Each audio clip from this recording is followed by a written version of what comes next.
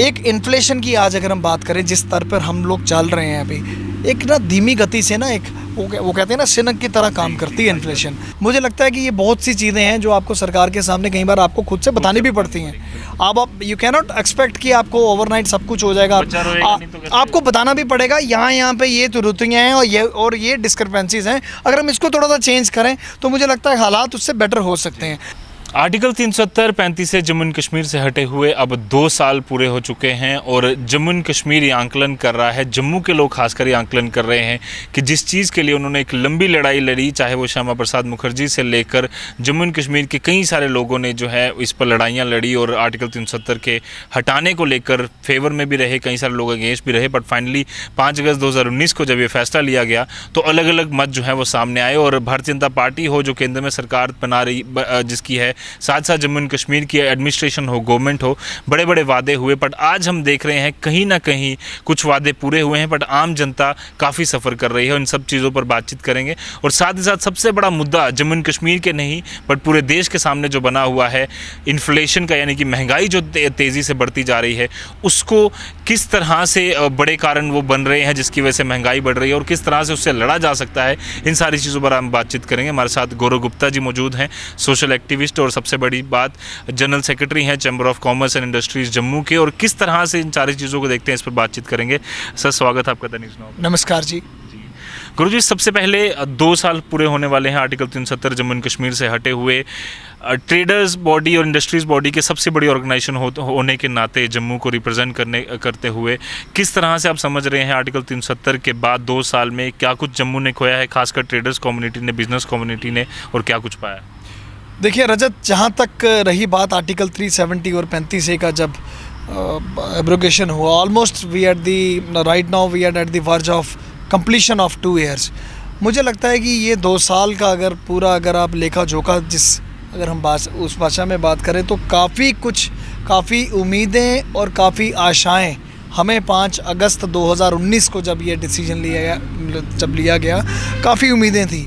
But मुझे लगता है कि अनफॉर्चुनेटली फिर उसके बाद कोविड आ गया, उसके बाद और बड़े फैक्टर्स ऐसे आ गए जो लगता है कि केंद्रीय सरकार काफ़ी सीरियस थी और अभी भी जिस तरीके की उनकी पॉलिसीज़ और जिस तरीके के उन लोगों को जो केंद्र सरकार एक रेजोल्यूशंस लेके जिस तरीके अपना वो मापदंड लेकर काम कर रही है, मुझे लगता है कि they are very serious. But unfortunately कह दो कि माहौल ठीक नहीं था कि वो पूरे तरीके से ज़मीनी हकीकत पर वो सब कुछ इम्प्लीमेंट नहीं हो पाया।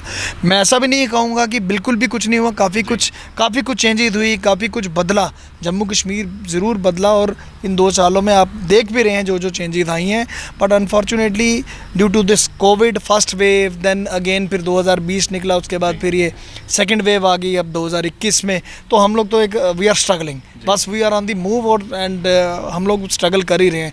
अब सबसे बड़ी बात है जब इस सब के साथ बीच में अब इन्फ्लेशन का मुद्दा है, कितना बड़ा इशू है, तो मुझे लगता है कि ये 2 साल जो हैं वो काफ़ी एक इतिहास के पन्नों में लिखे जाएंगे कि जब जम्मू कश्मीर में इतनी बड़ी डेवलपमेंट हुई और जम्मू कश्मीर के लोग, खासकर जम्मू खित्ते के लोग जो सबसे ज़्यादा एक नेशनलिस्ट अप्रोच के लोग हैं और जिन्होंने इसका वेलकम किया था, काफ़ी उम्मीदें एक स्काई लेवल की सोचा था कि एक बहुत बड़ी एक जो चेंजेस आएंगी। ऐसा नहीं कह सकता कि नहीं, ज़रूर बदला सब कुछ, वो कहीं ना कहीं बदलाव भी दिखा। But unfortunately due to this COVID काफ़ी चीज़ें अभी जो पाइपलाइन में है और जो उम्मीद करते हैं अगर थर्ड वेव नहीं आई तो जिस प्रगति से जम्मू कश्मीर को लेकर जो केंद्र सरकार है सीरियस है, मुझे लगता है कि आने वाले टाइम पे अच्छे दिन ज़रूर आएंगे। गुरु जी, इन्फ्लेशन की बात चल रही है, हम कई सारे राजनेताओं से बात करते हैं तो वो कोविड पर सारा ठीकरा फोड़ देते हैं। आपका क्या असेसमेंट है? कई सारी स्टडी कई दिनों से आप लगातार कर रहे हैं, क्या असेसमेंट है इन्फ्लेशन को लेकर, ना सिर्फ जम्मू एंड कश्मीर, क्योंकि जम्मू एंड कश्मीर में तो 5 अगस्त 2019 के बाद से ही बड़े सारे बदलाव हुए, उसकी वजह से लॉकडाउन लगा रहा, बट देश की पूरी अगर हम हालातों की बात करें तो क्या ऐसे बड़े कारण आप समझ रहे हैं जिसकी वजह से इन्फ्लेशन इतनी ज़्यादा बढ़ रही है कि आज गरीब व्यक्ति से लेकर कोई भी बिजनेसमैन हो वो जो है पूरी तरह से परेशान है? देखिए रजत, सबसे पहले ज़रूरी है इसको समझना पड़ेगा कि इन्फ्लेशन आज अगर एक ट्रेंड देख रहे हैं कि इंक्रीजिंग साइड पे चलता ही जा रहा है, चलता ही जा रहा है। क्या रीजंस हैं, क्या मापदंड, ऐसे क्या कारण हुए जिसके कारण जो इन्फ्लेशन का ग्राफ है जो बढ़ता ही जा रहा है। अभी आप देखिए रिटेल की अगर मैं बात करूं, रिटेल में इन्फ्लेशन ऑलमोस्ट 6.4, और अगर आप लगातार जनवरी फरवरी मार्च अगर आप 7-8 महीने का अगर आप ग्राफ देखें तो होलसेल की देखिए, होलसेल की 12.94 ऑलमोस्ट मुझे लगता है कि सबसे ज़्यादा एक ऊंचे स्तर पर अभी हमारा जो इन्फ्लेशन जो है वो जा रहा है। अब इसके पीछे रीज़न्स जो हैं, रीज़न्स इसके पीछे जो सबसे बड़ा रीज़न है जो आज मैं आपसे शेयर करने जा रहा हूँ कि जब हम इन्फ्लेशन की बात करते हैं, there are 2 types of inflation. वो आपको सोचना पड़ेगा, आपको समझना पड़ेगा कि क्या रीज़न्स हैं और ख़ासकर इंडिया में क्या चैलेंजेस हैं कि हम आज किस स्तर पर पहुँच गए और क्यों एक इन्फ्लेशन का रेट जो है बढ़ता गया। एक तो सबसे पहले आपकी बात करूँ इन्फ्लेशन की, मैं बात कर रहा था, एक है आपका डिमांड पुल इन्फ्लेशन और दूसरा है आपका कॉस्ट पुश इन्फ्लेशन। अब आपको समझना पड़ेगा डिमांड पुल इन्फ्लेशन और कॉस्ट पुश इन्फ्लेशन क्या है। डिमांड पुल इन्फ्लेशन ये है कि मोस्टली कंट्रीज़ जो है वो स्ट्रगल इसी पे करती हैं डिमांड पुल इन्फ्लेशन पर, बट ये है कि उसको जो आपका डिमांड पुल इन्फ्लेशन की बात करूँ, खासकर मैं हिंदुस्तान की बात करूँ, आरबीआई इसको उसका मैनेज करता है। समटाइम्स बढ़ भी रहा है, कम भी हो रहा है, आरबीआई अकॉर्डिंगली अपने रेट ऑफ इंटरेस्ट बढ़ा भी देती है, कम भी कर देती है। उसका असर ये होता है कि जो महंगाई का स्तर जो चल रहा होता है वो उस पर कहीं ना कहीं एक फुल स्टॉप लग जाता है और कहीं ना कहीं पे आरबीआई उसको मैनेज कर लेती है। पर आज की डेट में आज जो हिंदुस्तान जिस पे जूझ रहा है वो है कॉस्ट पुश इन्फ्लेशन की।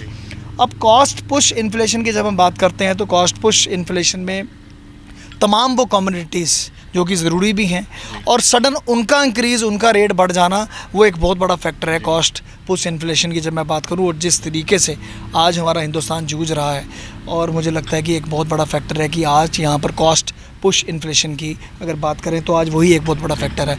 अब रीजंस हैं कमोडिटीज़ की जब मैं बात कर रहा हूँ, आप देखिए हिंदुस्तान की अगर इकोनॉमी, हमारे इंडिया की अगर इकोनॉमी है, सबसे ज़्यादा अगर आप देखिए इंपोर्ट या अगर हम हमारी जो इकोनॉमी है वो हमारा क्रूड ऑयल पे है, क्रूड ऑयल पे सारी बात आती है। अब आप क्रूड ऑयल की जब हम बात करते हैं, अगर हम अगले मैं पिछले अगर 5 साल का या 6 साल का अगर मैं ग्राफ देखूँ, ऑलमोस्ट $50 के करीब बैरल था आपका, तो और $50 के करीब बैरल था। अनफॉर्चुनेटली आपका पिछले साल में आपका 2020 में जब कोविड आ गया, अचानक वो डिमांड जो है ऑयल की वो कम होगी और आज वो एक स्टेज आ गई जब आपका जो $17 आपका पर बैरल चला गया। बट उसमें क्या था कि उसमें सारा स्टैंड स्टिल मोड में हम चले गए, लॉकडाउन लगा रहा, डिमांड निकली नहीं।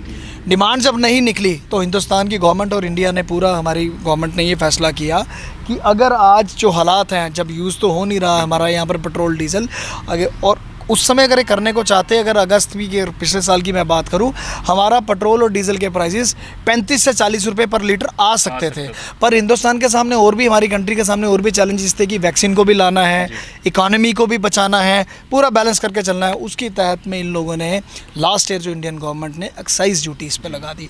जब एक्साइज ड्यूटी एक्साइज ड्यूटी जब लगाई, 100% आपका इंक्रीज़ हुआ पेट्रोल में और आपका 70% इंक्रीज़ हुआ डीजल में। रजत, अब बड़ी इंटरेस्टिंग सी बात है जो आपको मैं बताने जा रहा हूँ। जब पेट्रोल और डीजल पर 100% और उस पर 70% जब इंक्रीज़ हुआ, ऑलमोस्ट हमारे यहाँ पर तेल के दाम जो कि गिरने चाहिए थे वो नहीं गिरे। हमारी गवर्नमेंट ने, इंडियन गवर्नमेंट ने उसको मैनेज किया कि पूरे देश को भी चलाना है, वैक्सीन का भी चैलेंज है, सब कुछ करना है, तो किसी ना किसी तरीके हमने रेट्स नहीं डाउन किए, उतना ही रेट्स करते गए।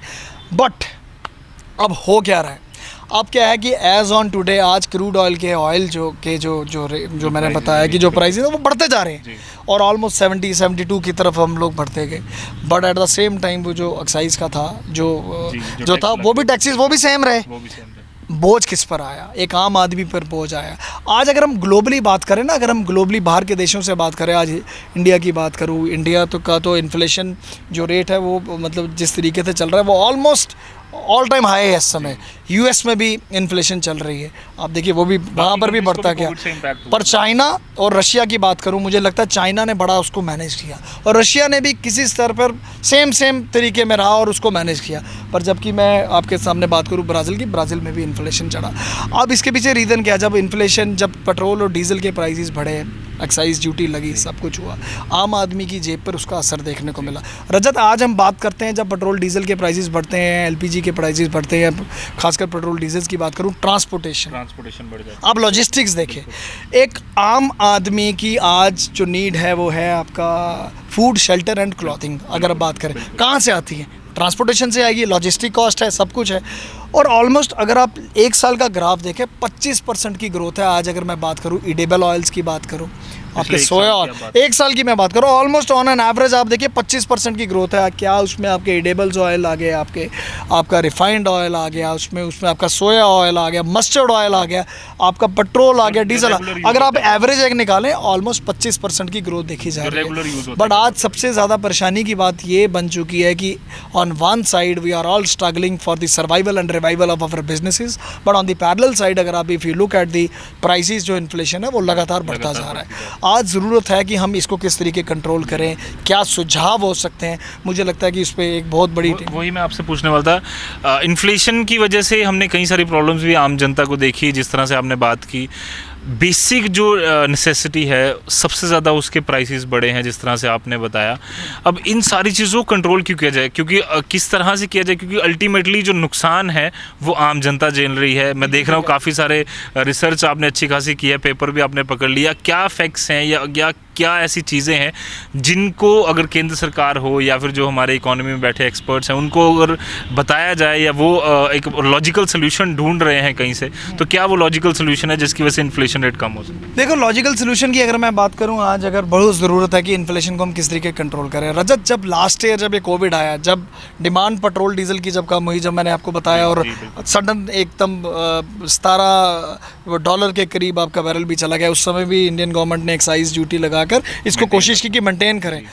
इसका इफेक्ट क्या हुआ कि हमारी सरकार के पास सरप्लस पैसा इकट्ठा हुआ, ऑलमोस्ट 88% का प्रॉफिट तक हुआ, और इतना हुआ, पर एक आम आदमी इसमें पिस गया। आज सबसे बड़ा जो मुझे लगता है चैलेंज जो है, अगर मैं आरबीआई की बात करूँ, एक आरबीआई को भी एक जिम्मेवारी समझ लो, या आरबीआई का बहुत बड़ा एक रोल होता है कि इसको कंट्रोल करना। अगर आप उनको देखो आरबीआई को, तो वो तो 4% का प्लस माइनस अगर आप 2 का करो, ऑलमोस्ट 6 के नीचे। आज पर आपका रिटेल का इन्फ्लेशन है ऑलमोस्ट 6.3 है। तो आप देखिए आरबीआई के, अगर आज देखिए, आज वो भी उस पोजीशन में नहीं है कि वो भी इससे निकलता ही जा रहा है सारा का सारा। पर सबसे बड़ा चैलेंज है हम इसको कंट्रोल कैसे कर सकते हैं, सबसे बड़ा चैलेंज है। रजत, लास्ट ईयर आज मैं अपील करना चाहूँगा इंडियन गवर्नमेंट को भी कि एक आम आदमी का जो दर्द है वो समझ रहे हैं इस समय। पर लास्ट टाइम, आज मैं लास्ट टाइम जो लास्ट ईयर की बात करूं, जब आपने एक्साइज ड्यूटी बढ़ाई, उसके बाद टैक्सेस भी लगे, और कहाँ पर आज आपका तेल 100, कहाँ डीजल आपका कहाँ पर जा रहा है। आज आपको कोई ना कोई ऐसे विकल्प लेने पड़ेंगे कि एक्साइज ड्यूटी जो आपने उस समय बढ़ाई थी, उसको आपको कम करना पड़ेगा। देखो, क्रूड ऑयल तो बढ़ता जा रहा है, आपको अपनी एक्साइज ड्यूटी को कम करना पड़ेगा। मुझे पता है कि एक वो इकॉनमी और एक रेवेन्यू इतना आ रहा है कि किसी को लगता है कि यार इसको कम कैसे करें, पर आपको अपने लोगों के लिए आज इसको कहीं ना कहीं नीचे, थोड़ा इसको नीचे लाना पड़ेगा, कॉम्प्रोमाइज़ करना पड़ेगा कि एक आम आदमी एक राहत की सांस ले पाए। सबसे बड़ा दूसरी जो चीज़ मैं आपसे शेयर करना चाहता हूँ वो है कि आपको आज इलेक्ट्रिक व्हीकल की अगर मैं बात करूँ, आपको आज उसका एक रेवोल्यूशन लाना है यहाँ पर इंडिया में।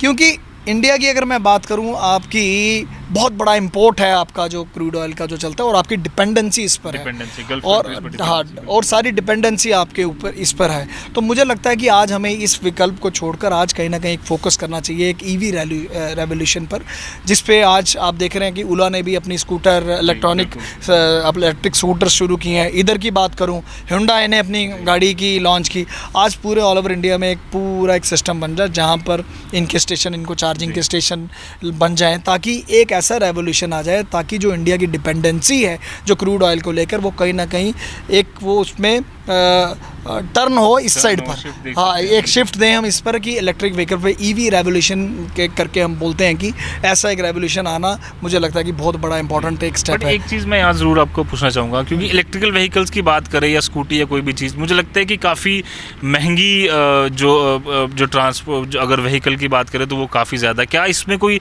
सरकार कुछ अपनी तरफ से कुछ पहल करे तो एक लोगों में भी एक सोच जा सकती है कि शायद इस तरफ हम जो है वो एक ऑल्टरनेट ढूंढ सकते हैं, और जो पेट्रोल या डीजल व्हीकल्स हम लेते हैं उसकी वजह से, उसकी बदले में हम उसके इलेक्ट्रिकल व्हीकल। रजत, आज माहौल ऐसा हो गया ना कि आप पेट्रोल डीजल की जब गाड़ी की बात करते हो ना, आज लेते हुए वो लगता है, कुछ लोग हैं जिन्होंने ले गई हैं, जिनकी EMIs हैं, वो भी आज बोलते हैं यार पेट्रोल इतना महंगा हो गया है। तो आज आपको पूरे हिंदुस्तान को, आज हमारी गवर्नमेंट को भी इस पर एक वार फ्रंट पे आज एक काम करने की ज़रूरत है, ताकि एक EV का यहाँ पर एक पूरा रेवोल्यूशन आ जाए।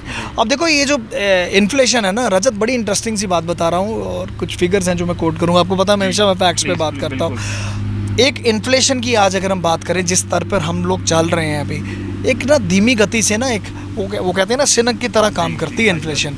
आपको पता नहीं चल रहा आज की आस्ता आस्ता आस्ता सब कुछ आप फील कर रहे हो कि सब कुछ महंगा हो रहा है। आज मैं आपको बताता हूँ कि ऑन एन एवरेज अगर हम 5% का भी अगर हम ज्यूम करते हैं, जो कि अभी आप देखिए रिटेल का 6.2% पे चल रहा है, होलसेल का भी मैंने बताया 12.94% पे चल रहा है। आज अगर आप देखिए अगर एक आदमी है ना जिसके पास 1 करोड़ रुपए है एज ऑन टुडे, और 5% का अगर मैं इन्फ्लेशन रेट एक प्रज्यूम करता हूँ, जो कि एक्चुअल में 6.2 अभी चल रहा है, आप देखिए कि जिसके पास 1 करोड़ रुपया है आज की डेट में, आज के 15 साल के बाद रजत उसके पास 48 लाख रह जाएगा। वैल्यू 48 लाख से उसकी वैल्यू रह जाएगी। अगर उससे आगे अब चलेंगे 20 साल के बाद उसकी वैल्यू 37 लाख रह जाएगी। अगर आप और थोड़ा आगे जाएंगे 25 साल के बाद उसकी जो वैल्यू है 29 लाख रह जाएगी। अगर आप 30 साल के बाद ऑलमोस्ट अगर आप कैलकुलेट करते हैं तो उसकी वैल्यू जो है वो 23 लाख पे पहुंच जाएगी।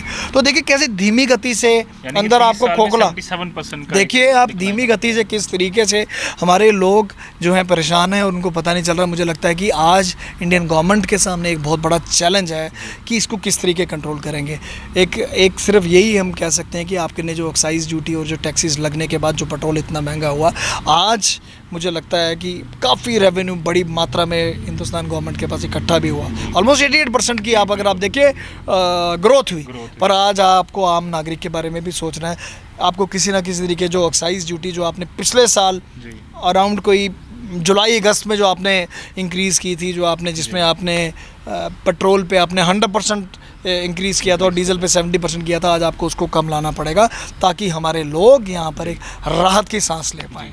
बट गौरव जी, आखिरी सवाल ज़रूर, क्योंकि कई सारी फैक्ट्स और कई सारी चीज़ों पर बात हुई, मुझे लगता है कि काफ़ी इंपॉर्टेंट चीज़ें हैं जो इस पर आपने बात की। हम जो चाहे वो सोशल मीडिया हो, चाहे हम जनरल डिस्कशंस में भी देखें, हमें लगता नहीं है कि कोई इन चीज़ों पर बात कर रहा है। ऐसा क्या कारण है कि लोग अभी भी ये सोच रहे हैं कि शायद इन पर बात करनी चाहिए, नहीं करनी चाहिए? आम व्यक्ति का जो असली दर्द है, मुझे लगता है कि महंगाई इतनी ज़्यादा है जिसकी वजह से आम व्यक्ति काफ़ी सफ़र कर रहा है। ये डिस्कशंस में क्यों नहीं आ रही चीज़? आपको लगता है कि लोगों को ज़्यादा इस पर बात करनी चाहिए ताकि सोल्यूशंस जो हैं वो गवर्नमेंट के सामने भी आएँ? एक्चुअली मुझे लगता है कि कहीं ना कहीं लैक ऑफ अवेयरनेस है, कहीं लोगों को शायद मुझे लगता है इस पर फोकस करना चाहिए। आज रजत आप यकीन नहीं करोगे, मैं कुछ दिन से इस प्रोजेक्ट पे काम कर रहा था कि इन्फ्लेशन के रीज़न क्या हैं, और मैंने आपसे शेयर भी किए। मुझे लगता है कि ये बहुत सी चीज़ें हैं जो आपको सरकार के सामने कई बार आपको खुद से बतानी भी पड़ती हैं। आप यू कैन नॉट एक्सपेक्ट कि आपको ओवरनाइट सब कुछ हो जाएगा।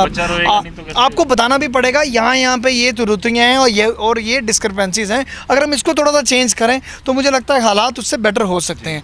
तो अब मुझे लगता है कि हमारे लोगों को भी इस पे जागरूक होना चाहिए, और जो वैसे गॉसिप्स चलती हैं जो सोशल मीडिया पर, मुझे लगता है कुछ हटकर उनको भी अपनी सोसाइटी के लिए, अपने देश के लिए कोई ना कोई ऐसी बात करनी चाहिए, ना ही कि हर बात पर आप किसी ना किसी और की आप चले जाइए। मतलब आप अपने सुझाव दे सकते हैं, अपनी राय दे सकते हैं, क्योंकि काफ़ी चीज़ें मुझे लगता है कि जब तक आप एक्सप्लोर नहीं करेंगे, जब तक आप बताएंगे नहीं, तो काफ़ी चीज़ें पता भी नहीं चलती। साफ तौर पर सही कहना है आपका। और गुरु जी, अब जब 2 साल अब आर्टिकल 370 के पूरे होने वाले हैं, भारतीय जनता पार्टी या जो भी अलग अलग पॉलिटिकल पार्टीज है वो तो कहती हैं कि ये छोटा समय है, बट किस तरह से हम वे फॉरवर्ड क्या देख रहे हैं, किस तरह से और अब उम्मीदें हैं हमें आने वाले दिनों में कि जम्मू एंड कश्मीर के लिए, खासकर जम्मू के लिए अगर हम बात करें, तो क्या क्या ऐसी चीज़ें हैं जिन पर काम होगा तो फ़ायदा जो है वो अल्टीमेटली बिजनेस कम्युनिटी का होगा और आम जनता का? देखो रजत, जहाँ पर जम्मू की बात करूँ, जम्मू के पास अनफॉर्चुनेटली इतने एवेन्यूज़ यहाँ पर नहीं आए यहाँ पर, और ना ही डेवलप किए गए। मुझे लगता है कि काफ़ी जम्मू के लोगों को, खासकर मैं बात कर रहा हूँ जम्मू कश्मीर की, जब मैं बात करता हूँ तो मैं जम्मू का फोकस इसलिए वो रखता हूँ क्योंकि जहाँ पर मेरा जन्म है, मुझे लगता है उधर की बात करनी चाहिए। जम्मू में जब तक आपके पास एवेन्यूज़ डेवलप नहीं होंगे तो आप जम्मू की प्रगति अगर आप सोचते हैं कि अगर हो जाएगी, ऐसा नहीं है। 370 और 35A का जो सही माने में जो हमारे लोग यहाँ पर एक फ़ायदा देख रहे हैं। अब चैम्बर में भी हमने अपने अपील की थी कि आप इंडस्ट्री, बाहर की इंडस्ट्री को यहाँ पर बुला रहे हैं, नो डाउट एम्प्लॉयमेंट बढ़ेगी, बाहर की इंडस्ट्री आएगी, बट फर्स्ट प्रेफरेंस जो आपके अपने लोग हैं, जो आपके अपने सन ऑफ द सॉइल जो यहाँ के लोग हैं, आपको फर्स्ट बेनिफिट उनको देना है। आपको हमने कैपिंग के लिए भी उनको कहा कि आप इस पर कैपिंग करिए। पहला राइट हमारे लोगों का होना चाहिए, whether it comes to the employment, whether it comes to the land, आप फर्स्ट राइट हमारे लोगों को दो। और नंबर दूसरा कि आपको जम्मू को किसी ना किसी तरीके, स्टार्टिंग फ्रॉम दी अगर मैं बात करूँ लखनपुर से लेकर बनिहाल तक, आपके इतने सारे विकल्प हैं। मैंने ऑलरेडी आपके इंटरव्यू में बड़ी बार बताया आपको सबको उसको आपको डेवलप करना होगा। और नो डाउट मुझे लगता है केंद्र सरकार काफ़ी सीरियस है। अब आगे जाके देखते हैं कि किस तरीके अच्छे दिन कब आते हैं, पर ये है कि केंद्र सरकार जिस तरीके की अपनी नीतियों के साथ चल रही है, पॉलिसीज़ को साथ लेके चल रही है, मुझे लगता है कि जम्मू के लोगों को, हमारी जम्मू कश्मीर के लोगों को ज़रूर उस पर भी अपने सुझाव देने चाहिए ताकि कुछ बेहतर हो सके। ऐसा नहीं कि पॉलिसी आई और आपने ठप दी यहाँ पर और सब कुछ है। आप उसमें बताइए कि इसको अगर आप इस तरीके कर सकते हैं तो उससे और भी बेटर कुछ हो सकता है। तो मुझे लगता है कि आपको अपनी सजेशंस भी ज़रूर देनी चाहिए। जी, काफ़ी ज़रूरी है और धन्यवाद हमसे पूरी बात। नमस्कार। तो बात यही है कि सकारात्मक होकर और लॉजिकल रीजनिंग के साथ अगर आप चीज़ें सरकार के सामने भी रखें तो सरकार ज़रूर बात सुनती है। हमने पिछले काफ़ी समय में देखा है कि जम्मू एंड कश्मीर से जितने भी सुझाव केंद्र सरकार की तरफ गए, वहाँ से कई सारी पॉजिटिव रिप्लाईज भी आए हैं, उस पर काम भी हुआ है। उम्मीद करते हैं कि इसी तरह के जो पॉजिटिव स्टेप्स हैं जम्मू एंड कश्मीर की डेवलपमेंट के लिए सरकार भी लेगी। और इन्फ्लेशन को कम करने के लिए गौरव जी ने जिस तरह से लॉजिकल सोल्यूशंस बताए हैं, सरकार इस पर काम करे ताकि आम जनता की जो जेब है, जो काफ़ी बोझ उस पर पड़ा है, उसमें कहीं ना कहीं राहत की सांस भी वो ले सके। फिलहाल के लिए दी इजाज़त। ऐसे और चर्चाओं के लिए आप यूँ ही बने रहिए द न्यूज़ नाउ के साथ। मुझे मेरे कैमरा पर्सन कमल सिंह को दीजिए इजाज़त। धन्यवाद।